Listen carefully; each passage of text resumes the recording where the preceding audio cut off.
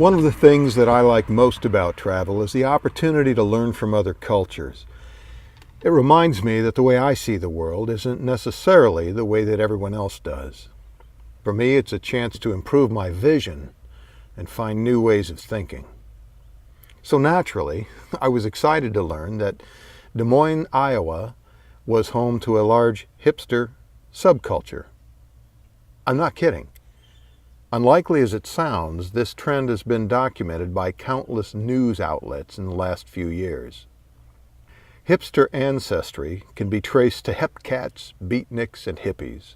So, as an old hippie myself, I was interested to see what would happen if I inserted some of my earnest old-school music into a hipster open mic night. My first stop was Java Joe's, a coffee house on 4th Street. It looked pretty much as I expected, with eclectic coffee-themed decor that was carefully designed not to look too carefully designed. And also, as I expected, the staff treated me with the usual standoffish indifference, bordering on rudeness, which I did not take personally in the least. Remember what I said earlier about learning from other cultures. The performance room was laid out like a theater, with a darkened house and a well-lit stage. As usual, the open mic host started off the evening with a couple of songs. But that's when I began to realize where I was. This guy was like a cartoon parody of a piano bar singer, with all the cliches, but adapted to a 1980s culture. Whether he was sincere or not was of course beside the point. There he was. Anyway, the wind blows, what did get my interest, though, was the rude and disdainful attitude that he projected. For example, he called one of the performers a douche for not hearing him the first time he spoke. He refused to set up an instrument mic for another guy because, in his words, he didn't feel like getting it out. When I offered to get one from my van to help the guy out, he initially refused to allow this. Later, he said, within obvious hearing distance of the performer in question, "Well, I guess that'd be okay if it makes this guy happy." Now, what made this interesting to me is that none of the other performers seemed in the least surprised or perturbed by his rudeness.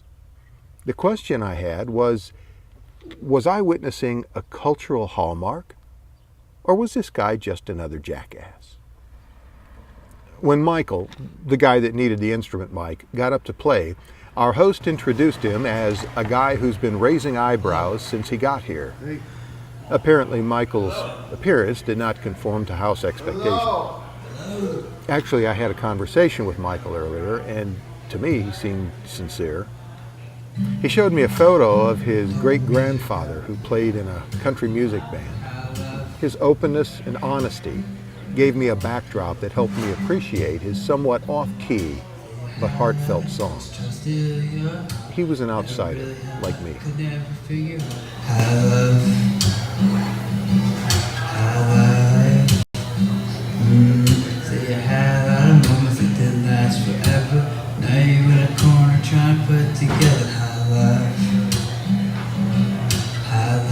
Then it was time for me to bare my soul to this ironic crowd. I started rambling. I worked some day jobs on my way out west. Well, I traveled with my mom down Highway 101. I was looking for whatever was coming next. Well, I made my way out next to the giant redwoods, and I woke up in the mountains for a spell. I was living in a tent, not a big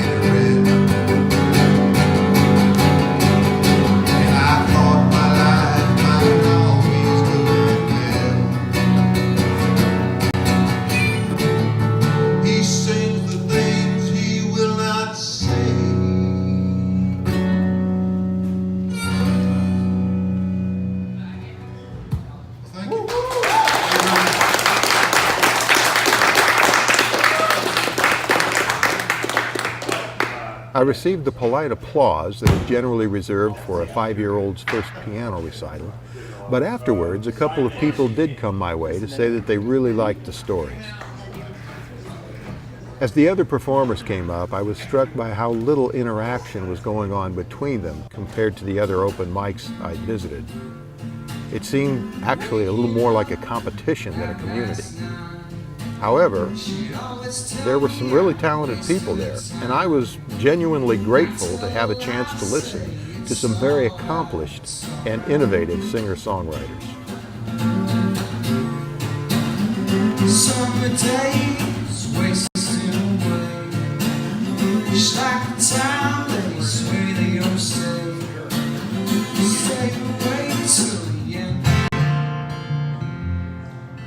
Yeah, those days have come and gone, and I don't miss them none. And I know I'm on the way, and I found breadcrumbs that you left in me. First time I screamed on the frontier, you took what they gave, giving up no fear. Lost the sea, the country and king, so help us God to find this sea.